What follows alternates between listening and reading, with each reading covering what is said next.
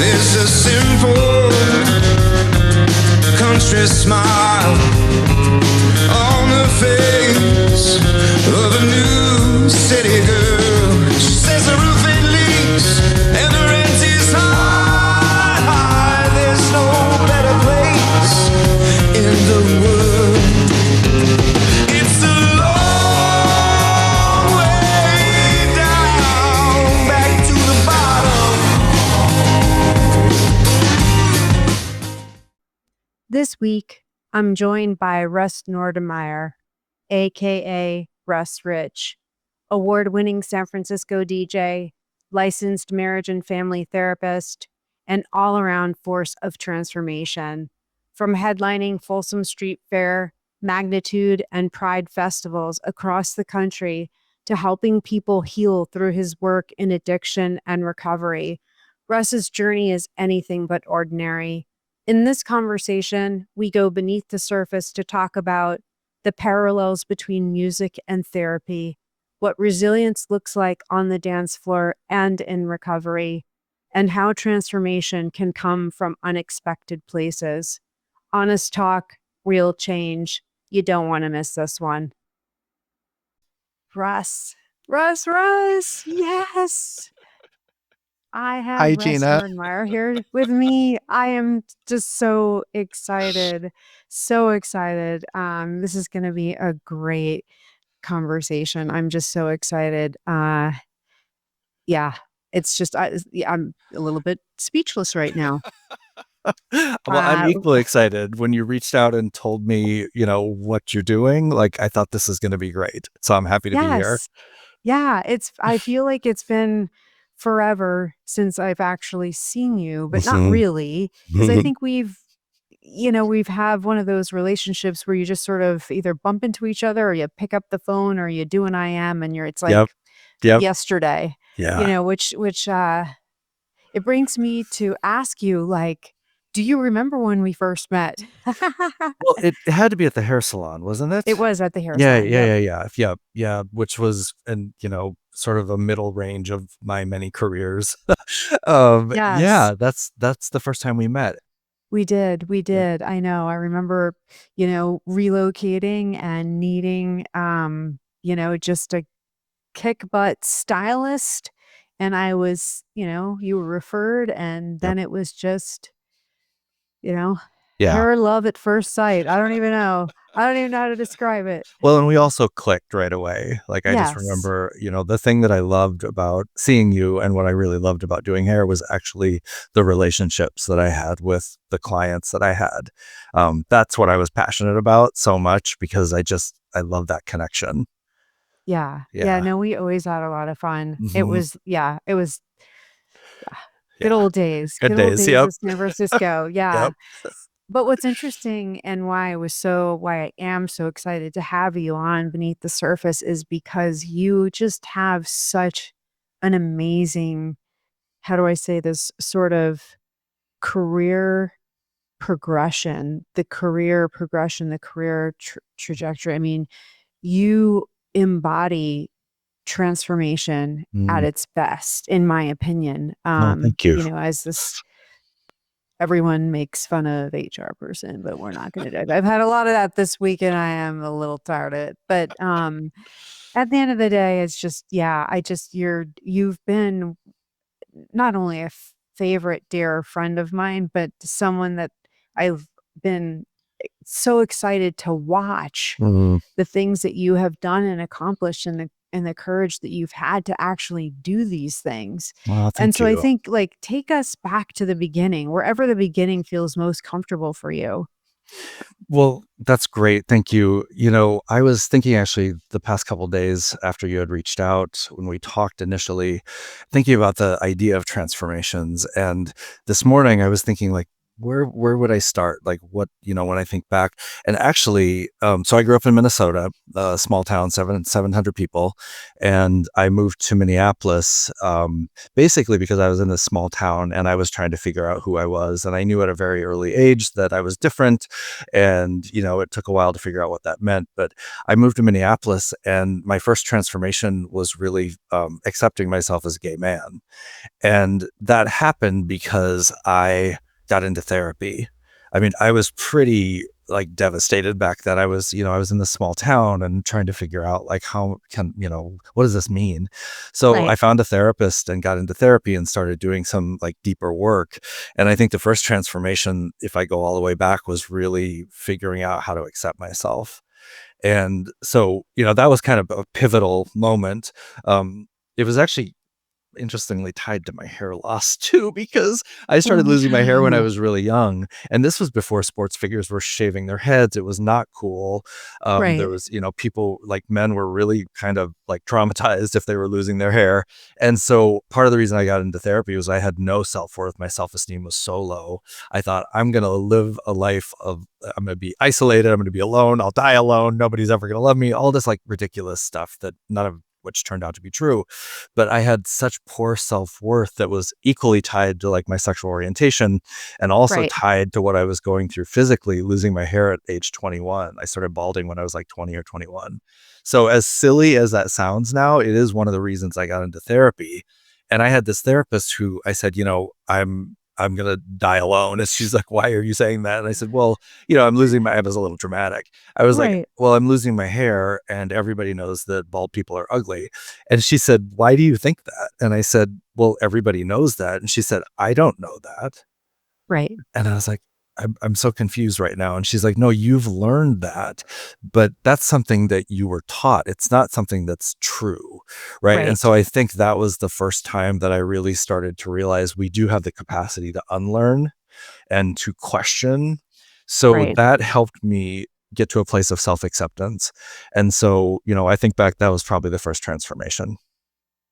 And what's so interesting about that is we actually cover that in another discussion Oh, we interesting. have, which completely different topic, but the guest really kind of took us back to the first step, which was self-recognition, Hmm. right? Like Yep. accepting it, recognizing yourself in the moment Yep.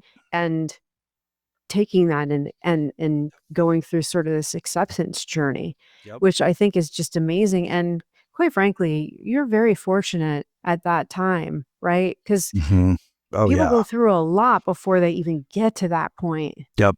Yeah. And I was so grateful. And, that was my introduction to therapy, to psychotherapy. And, now I am a therapist. Right. We'll get there. But yeah, no, it was really important. And I think, it's something that I share with people now, when we all carry certain beliefs about ourselves that we've learned, but that maybe don't actually serve us or help us. And we have to recognize, part of the work is just recognizing like, this is something I was taught. I don't have to continue to believe this. I That's can right. actually, it's kind of the part of cognitive behavioral therapy, right? Like what are my thoughts impact my actions. And if I keep telling myself I'm not worthy and I'm no good, chances are I'm going to live a life that I'm doing things that foster more of that. But That's if I right. can question that and get back to like, well, what's actually my truth? Then we can actually make change. And that's the beauty of transformation, right? Like, I love yeah, it. yeah, Yes. yeah. Yes. So then I moved from Minneapolis to San Francisco. In Minneapolis, I had worked as an HIV prevention outreach worker. I had done a lot of like social service stuff. I had a brief stint working for 2 years at Prince's studio, which is kind of an interesting side story Oh, I we can didn't think dive I knew into. that. No, oh That's yeah, cool. really fascinating time.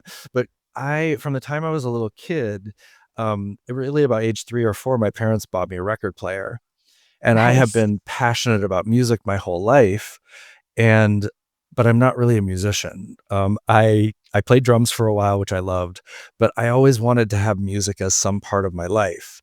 Yes. And it wasn't until I moved to San Francisco, and I started going out to clubs, and I started like really paying attention to the music And my friends would say, like, how do you know all this music? And, I was like, well, I study it. Like, I was so into it. And at a certain point, I thought about DJing and I was like, well, that's crazy. Can I do that? And so, I ended up becoming, I'm a therapist now. And at the same time I was becoming a therapist, I started DJing, and both kind of took off at the same time. And I was like, Yes. can I be a therapist who DJs? That seems strange. Well, I remember sitting in your, in the salon in the chair, and it was like the cutest thing. I felt like we were like two like little kids. You were like, I have these tapes. What you want to do? I've got these mixes. You want to check this out? What do you think of this and that? And it was like you had your like little briefcase of like, it was just it was awesome, Uh, and I was like, yes, because I too am like a huge music, yep. lover, et cetera. Yep. And I'm like, you're like, "Do you think I can do this?" And I'm Yeah. like, "Yes. I mean, look what you've done already. Just do it." You know? Well, and at the core, at the root of it, what I love is that, music for me has always brought me so much joy. And, Yes. when I started DJing, the ability to share that with people was just so great. And so, I have this hobby.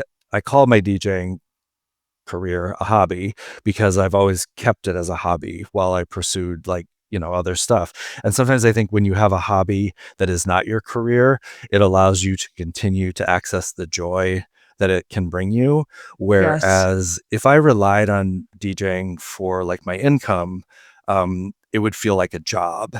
And instead, I have this great job that I love as a therapist, and I have this hobby that brings me so much joy. And I've always said to people, if it ever started to feel like work, I'll stop, because Yes. I don't want two jobs. I want something that I'm passionate about that I can do for fun. And then I want to have my career, which I'm very fortunate that my career also brings me a lot of joy. Yeah.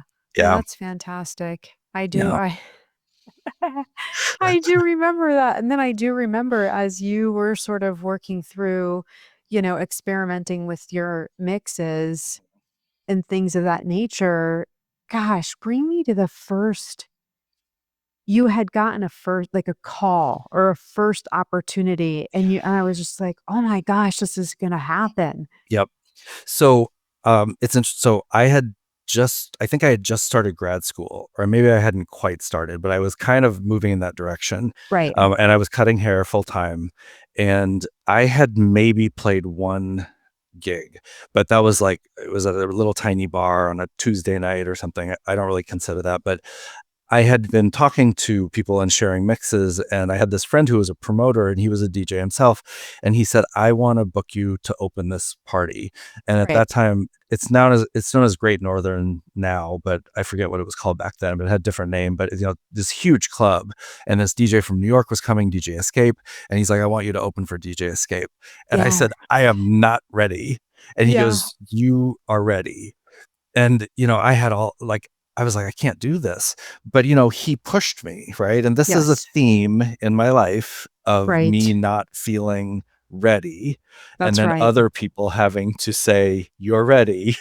And then really having to start to, for myself, to try and believe that, Yes. right? Because I had these doubts along the way, and regardless of the career, I always had these doubts, and it really took some work. But anyway, my friend Luke booked me, and it was a 2-hour set, and I was going to open, and it was at Mighty. It was called Club Mighty back then, Industry, and there Okay. were probably 700-800 people, and I played from 10 to midnight. And I pre-planned every minute of that set. I I knew re exactly I what I was going to do when I start the track, Yes. when I fade in, like I knew everything.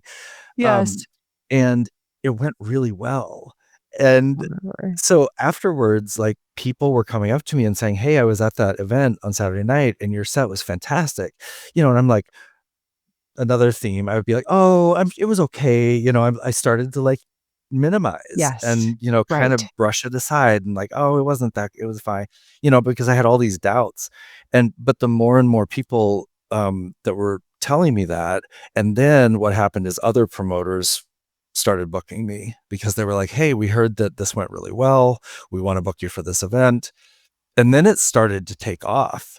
And you may remember this, but I really started this just as a hobby. I wanted to like share Oh, music with my yeah. friends. I never really intended to pursue it in any way um, beyond that, but it started to take off in a way that I really had not anticipated. And Yes, then I realized like, oh my God, I love this. Like, this I is so remember. much fun. This is something that just makes me so happy. And in San Francisco, I'm kind of known for being like the DJ who plays the happy stuff. And, Nice. Yeah, in yeah. the gay club world, there's all sorts of different genres, and I play a lot of vocals. And for me, like throughout my life, music that I'm most strongly attracted to is the music that tells a story, right? I love Yes. singer-songwriters. And so I would start to find club music that really told a story that evoked an emotion. And I think Yes. that's why I connect with the audience that I do, is because people will come up to me after events and say, when you played that one particular song, when you played Fix You, or when you played Absolutely Not, or, they will call out specific moments in the night. They were like, Right. that, like, I have such a connection to that song. I've had people come up and say, like, I cried during your set. Right. I Um, believe it. like you took me on a journey and it made me so emotional. And like, I love that. And it Yes. also, there's kind of a parallel process with therapy. Like, Yes. in therapy, getting to help people, tap into emotions to help them move through something so that they can heal. Absolutely. And so I feel like there's this parallel process between like what I do as a DJ, even though it's very different, and what I do in therapy. And it's just kind of the best of both worlds. It really is. I don't Yeah. know that it's well, I guess on the top on the surface, it seems very different, but I think really beneath the surface, it's very similar. And I don't know who originated this quote, but you know, music is medicine for the soul, right? Completely. Yep. It It just absolutely really is. is Yep. hands down. Yep. It's been there for me when other things haven't, and Absolutely. yeah. I love what you said too, Gina, because, in therapy, I'll talk with people about the difference between content versus process. And like what we're Yes. doing today is like, the content could be DJing, the content could be therapy. The process underneath it is what is happening emotionally. Right. And that's the process. And if we actually focus more on the process, sometimes we see things that we normally wouldn't. That's So, right. I really love that. And I use that in my therapy. I'll tell clients all the time, let's not focus so much on the content right now. What's happening underneath for you? Because it could be you're talking about your partner, it could be you're talking about your job, it could be whatever. But underneath, your process is you don't feel content, right? You don't feel content in any of these areas. So let's focus on that. Right. Because if we keep on the content, sometimes we miss stuff. Well, and I think that helps organize people's thinking, Oh, and some of the other oh. work that I'm involved in, we talk a lot about like this critical thinking. I don't even know that everyone shares the same definition of what that really means, but it's like really kind of peeling back, you know, let's get into this. Yep. And I love that approach. Because I don't know, another thing we've been talking about too a lot is common sense. And do people really even know what common sense is anymore? Do people even share common sense? This is Right. another theme that's been coming up in some of our conversations. So that's really good stuff. Yeah. It's good Yeah. stuff. Yeah. So do we get to like know the AKA? Oh, absolutely. Yeah. Yeah, and I Okay. can share that. So yes. So, I think my name will probably be on the screen, Russ Nordmeyer. So Right. when I started DJing that event I was telling you about, my friend Luke called me and he was like, "Hey, Yes. we're about to send the ad to the printer. What do you want to be billed as?" And I was like, "Oh my God." Like, and I thought, well, I can't, no one could, there can't be a DJ Russ Nordmeyer. That sounds silly. Wait, Um, I you remember know, I was in your chair yeah, when you we were had this like, "What do you think?" conversation. Yes, yes, And yes. so here's the thing. My partner at the time, I said to him, I got to come up with a name. And my Yep. middle name is Richard. That's my father's name. My middle name is Richard. I do have a regret. I don't have many regrets in life, but this is one of them. I'm a huge fan of the Mary Tyler Moore Show. Being from Minnesota, it was set there. Right. Her last name was Richards, Mary Richards. I really regret I didn't go with Richards, because I could have been Russ Richards, which I think would be great. It would have been an homage to Mary. That didn't happen. My partner was like, go with Russ Rich. So I'm DJ Russ Rich. That Yes. turned into a whole thing, because after that first party went well, then I had to Right. use it.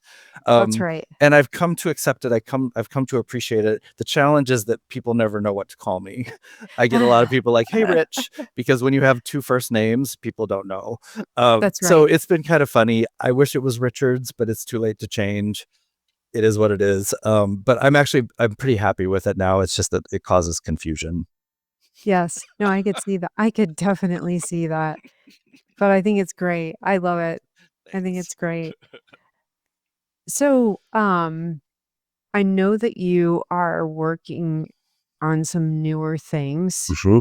I don't know if you want to share some of the more recent events that you have been, working Yeah. on in the world of the DJ. Yeah. Well, so I am really fortunate. Um, I am at a level where, like I said, I do this for fun. I work with a lot of different promoters.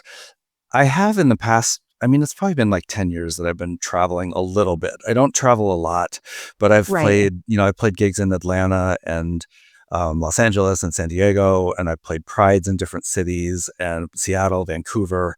It's been really great. But I play more in San Francisco, and I have a few key events. The biggest event I play every year is the Dory Alley Street Fair closing party, which, Right. for those folks who might not know what Dory Alley is, in San Francisco, there's Folsom Street Fair, there's Dory Alley Street Fair, there's Pride, there's a lot of like community-based events. Folsom and Dory are like leather pride events, kind of. They're basically Right. big parties, big street fairs. And since 2013, a promoter approached me. He did a party called Play. And he said, are you interested in playing this? It was the closing party for Dory Alley weekend. It's a huge weekend. People come from all over the world. Not quite as big as Folsom, but so I played it, and it was it was one of those nights where like everything just came together. The music was incredible, the Nice. energy. So since 2013, I have played the closing party for Dory Alley in different incarnations, because it's changed from a few promoters. Now it's called Romp. And my friend Brian Kent and my friend Philip Grosso and my friend Simon and my friend Jonathan are the promoters of Romp. And so we Nice. do it every July. It's always the closing party of that big weekend. This year it was at 1015 Folsom. It was Yes. huge. Yeah. I think we do have one picture from it. It's the one with the barn, and I can probably explain Oh, that. Probably should yeah. explain that. These Zach, can you promoters, help? yeah, these promoters are so that's it. You can kind of see, I'll tell you what's happening in that photo. So Okay. on the stage, this is the stage at 1015 Folsom, that you can see the huge lighting rig. They Yes. they always have a theme, and this year's theme started to be, it was going to be country western, and we thought about like Beyonce and Texas Hold'em, and what we could do with that. And in fact, we did do a performance that night to Texas Hold'em. But it ended up being more of like a barnyard animal farm theme. And so they go all out. They built as you can see, there's a barn on stage. The DJ booth I'm standing in front of, it was like barrels, and there's barrels on a farm. And we had all throughout the night these different themes. So there's another one. Oh, You can see the that barn a is little just better there. And fantastic the picture of lighting, you. thank you. The light, I'm so happy. You can see, like, I'm just absolutely joyful. There Yes. would be like barnyard animals that would poke their heads up in that little thing above my head. So like there would be like pigs and chickens and things. And then we had dancing cows on the LED screens, and like absolutely goofy, silly stuff. But we had about 1,000 people, between 900 and 1,000. I play for 7 hours. And Wow. it's house music, so it's continued. There's no breaks. I do a 7-hour set. 6 hours is good. The last hour I was really, really tired. I could um, just imagine. but anyway, it's great, and I do that every year. This year I'm also playing Magnitude, which is the Saturday night Folsom Street party. So Okay. I'm playing that. I'm opening that event. I'm just playing for 2 hours that night. But I think, Gina, you mentioned at one point when we were talking, you came to Pride in San Francisco, right? At Civic Center. Yeah. Yes, I So, remember that. yeah, my friend Philip and I played, we do a little tag team DJ thing where we play together and we trade off every song and kind of feed off each other. Super fun. We did Pride, I think, in Civic Center. I don't know how many thousands of people there were that day, but I mean, these are like incredible moments in my life. I feel so grateful. Yeah, I Yeah. know, I know, and I when I look back, I know you had invited me to just tons of things, and, as a single working mom, a lot of this stuff takes place late at Yes. night, but I did manage to get to some of them, and I remember I was so proud because I got to sit, we call it against the rail, the fence right where you were on the stage, and I actually think I might have some really cool pictures, but, Oh, like, wow. that was just I've gotta now look for those. I totally forgot about that, but Oh, that was wow. Nice. so much fun. Yeah, there was a lot of people. I just Yeah. remember thinking, "What on earth am I doing here? Like, this is crazy." Crazy stuff. Fun, fun, though. The hours get harder and harder. I actually that party that we just showed you pictures of, that starts at 6 p.m. and goes till 1 a.m. For me, that's a Yes. dream. It's getting harder. I've been doing this for like 15 or 17 years now, and the parties where I go on at like midnight or sometimes even later, it's just, it was easier 15 years ago. Yeah. No, I know, and we were trying to recall the other that was quite an event in terms of the production. I mean, the production of these, I didn't know what to expect, and so a good friend of mine and I went, and when you walk into these, club, these spaces, oh, I just love that picture. Um, you're just like, "Wow, this is crazy." Like, "Okay, I'm just gonna go there even though I've never been there." It's like this whole Studio 54, like, Very much so. Yeah. awesomeness, right? Yep. Well, and That the was a ton of fun. Yeah. I'm so glad. This is a different event, but this is at Halcyon in San Francisco, and I like this picture just because it really captures like how I feel when I'm playing. Just it brings me so much joy, and then to get to do that and have people come up after, when I run into folks out and about, and just people share the kindest things, and so it's been such a nice experience.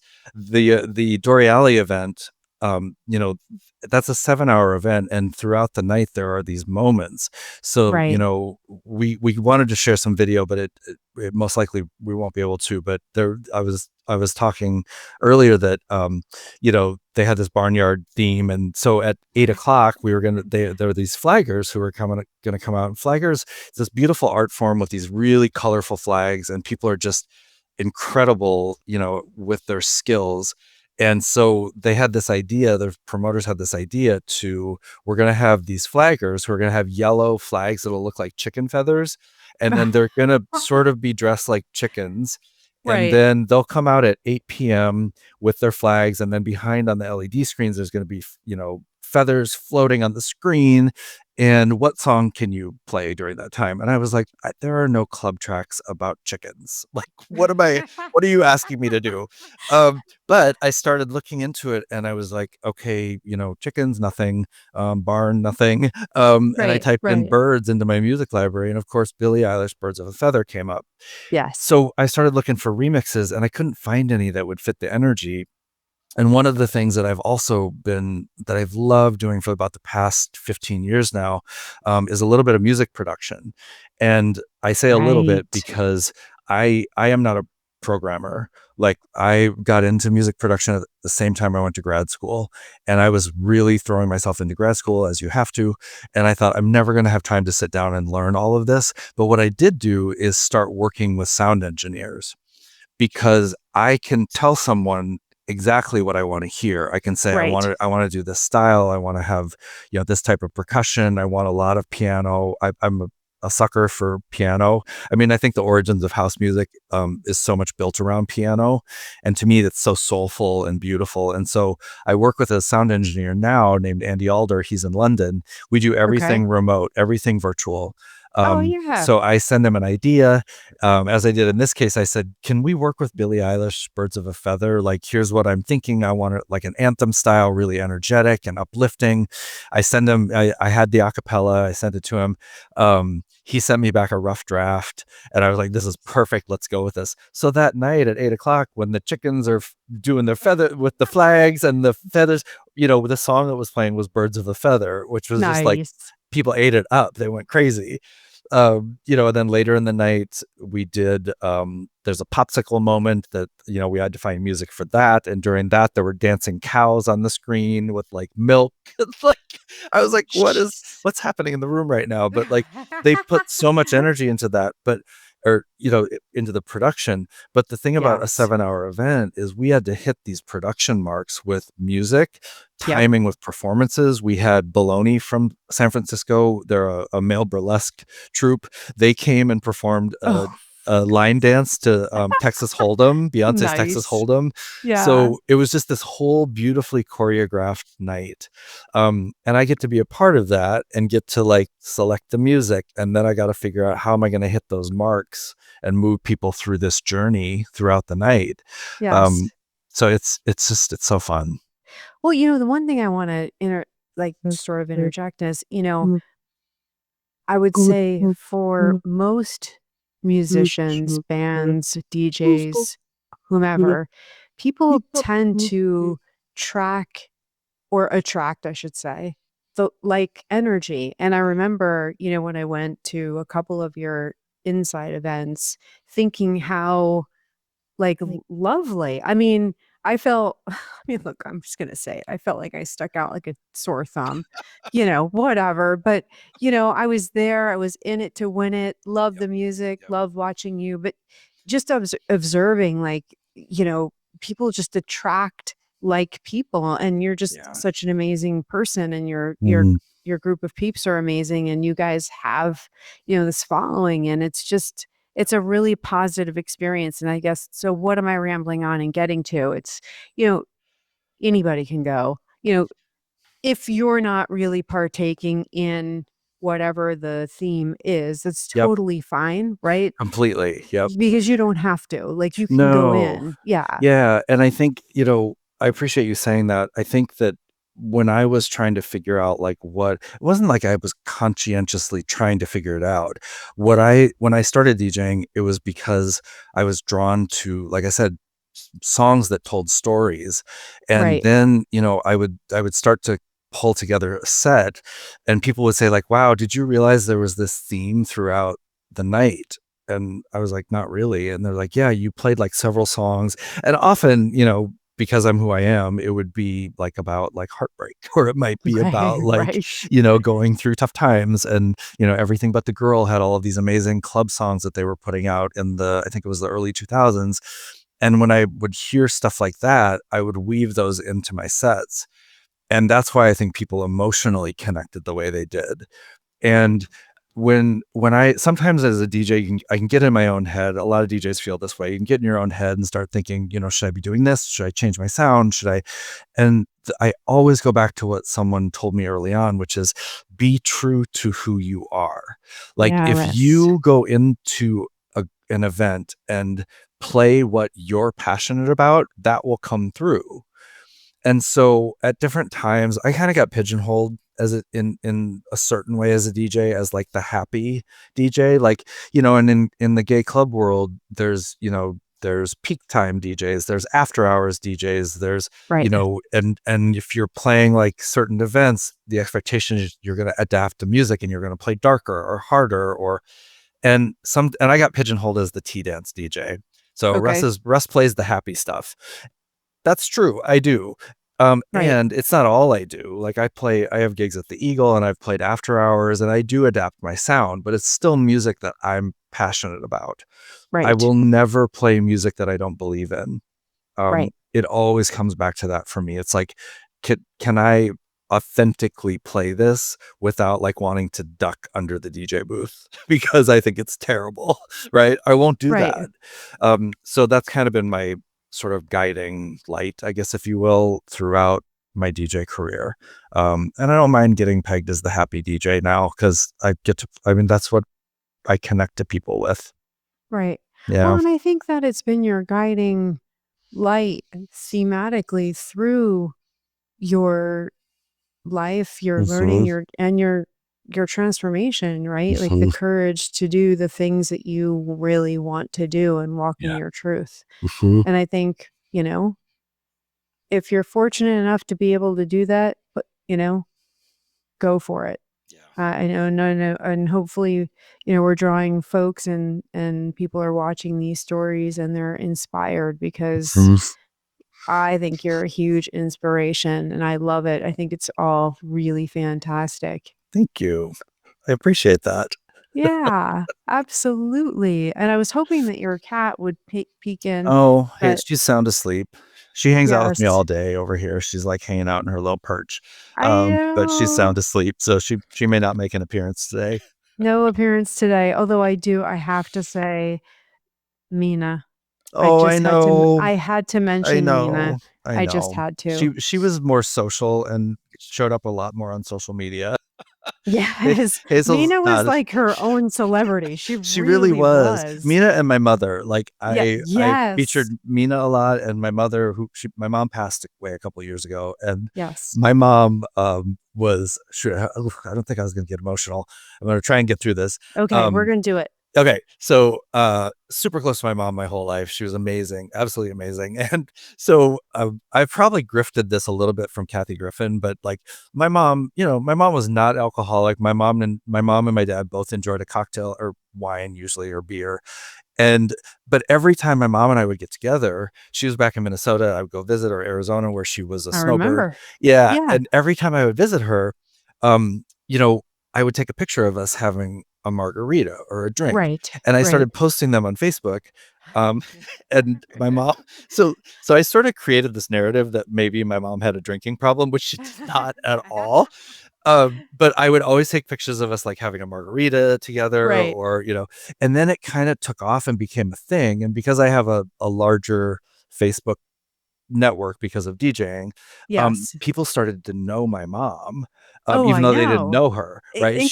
Right. Yeah, she took on a little bit of like local celebrity status. So I did this for years. And then this is where I might get emotional. So my mom came to San Francisco to Yeah. visit one time, and I was booked to DJ at Flagging in the Park, which is this Okay. beautiful, again, flaggers, right? I have a good thing going with the flagging community. Nice. So my mom was going to be here and I was going to play, and my mom had never come to any of my events, and she was always asking me to, but I was like, I can't bring her to Dory Alley, Yeah. So this was great. It was going to be outdoor in Golden Gate Park on a Sunday afternoon. My mom came. So all day long, there's probably like 300 or 400 people there all day long at that event. Total strangers were going up to my mom and saying, "We love you." Like, oh my God, we love what we see on Facebook. You're so funny, Yep. Russ. We love the relationship between the two of you. And my mom had no idea. And then they would say, "And we love Russ so much." Oh, goodness. And the reason I get emotional about that is because afterwards she said, "Russ, I had no idea. Like, I had no idea what an amazing community you have and how much people love you."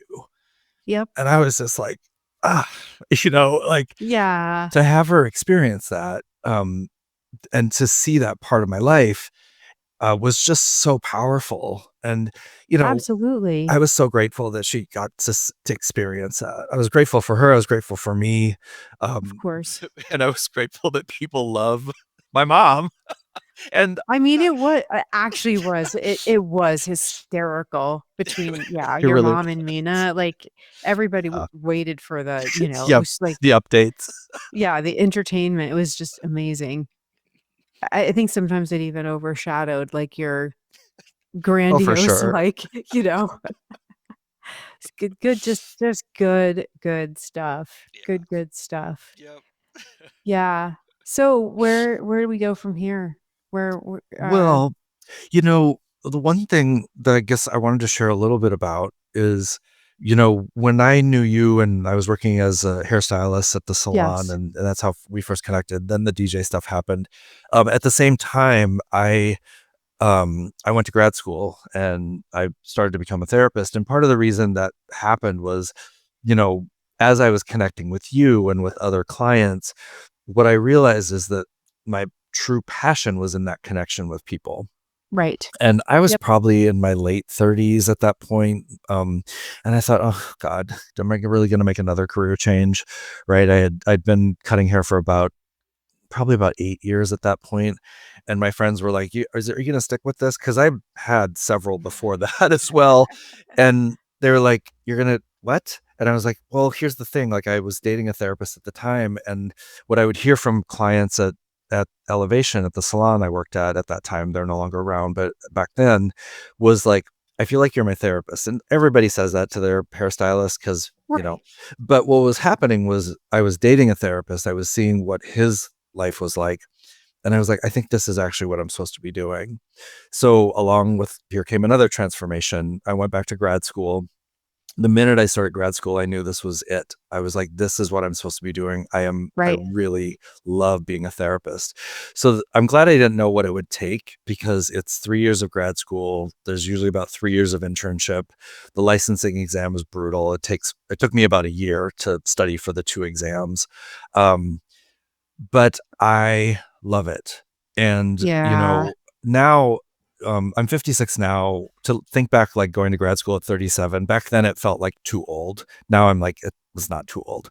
But, No. I think one of the things that I've learned is that, if you are passionate about something, it is never too late, right? Like Exactly. if I hadn't taken the risk to go to grad school and pursue this, I don't know what I would be doing right now, but I know I wouldn't be as happy as I am. Right. Finding, it took me a while. My brother, when he was like 14, wanted to join the army. He joined the army. He joined the reserves at 16 or whatever they call it when you're still a youth. But my brother, at the age of 16 was on his path. I never knew what I wanted to do. It took me until I became a therapist, till I started grad school.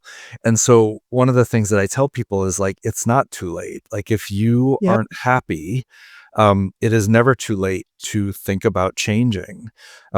Because, if I hadn't done that, I know I wouldn't be as happy as I am.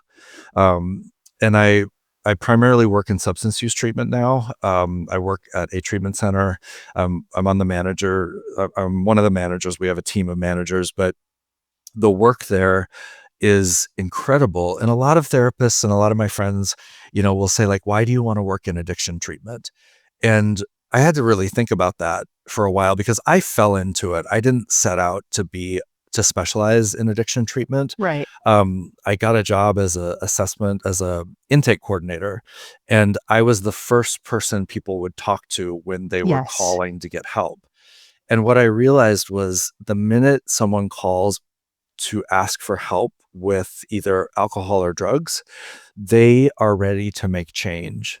Right. And the transformation that you see when someone is ready is profound.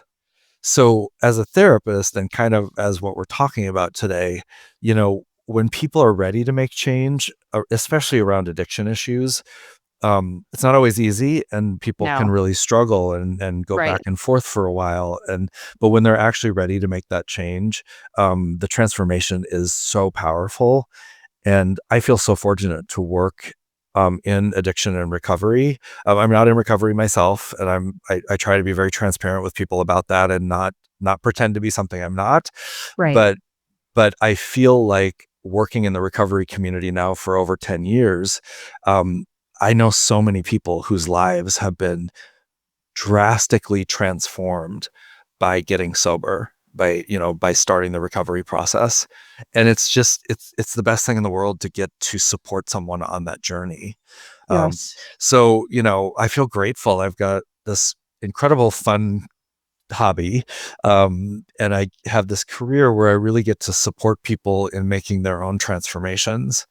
So it's really been kind of the best of both worlds. Yeah. Yeah. I love it. I Yeah. love that. I love it. Can I say one more thing? I don't know how we are on time, Absolutely. if we're nearing the end of our conversation, but to circle back, one of the things that I in terms of music and my love of it, I mentioned it briefly about, getting into music production. And over the past like 15 years, I've gotten to work with a couple different sound engineers, different artists. I've done some work for record labels, had some music get put out on labels. And then most recently, one of the things, and I think we do have the cover of this. I mentioned I worked for Prince briefly and for 2 years in Minneapolis. I had an office out at Paisley Park Studios. And so I have known this artist, Debbie Holiday. She lives in Los Angeles. She is one of the most, not only is she an incredible artist, incredible singer, but she's also one of the most positive people I have ever known in my life. She is inspirational. She really puts out like the best energy. So she and I had worked on a couple of different projects over the years. And this one it came about because I think we're both a little bit crazy because I was like, I want to do a Prince track. And she's like, okay. And we put our heads together and we started talking about songs. And I said, what do you think of DMSR, dance, music, sex, romance? Debbie usually does a lot of her original work is very like uplifting, and sometimes it has like it's not political, but she's very like passionate. And this is a track that's just about remembering to do things that bring you joy. Dance, music, sex, romance. It was on Prince's 1999 album. It's a deep cut. So we started working on this with my sound engineer, Andy Alder, and it came out great. And we put it out at the end of May. In September, we've got another EP of like 7 more remixes of it coming out. And it's out globally. It's on all streaming platforms. But it's been such a fun thing to get to do.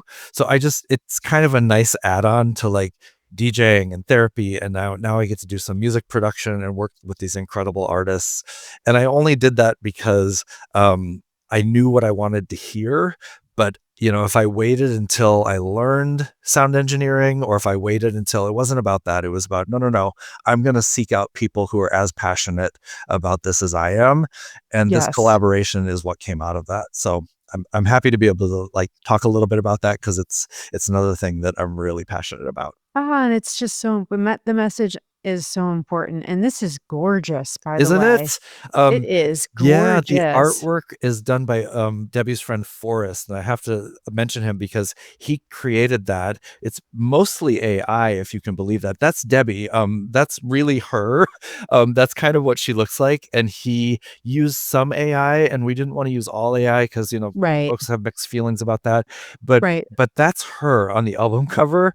And then there's elements of AI, and it was just the way it came together was great. And the fact that Forrest got to be involved with, he's known Debbie and they've worked together. And so it's just fantastic. So I'm really happy that it's out.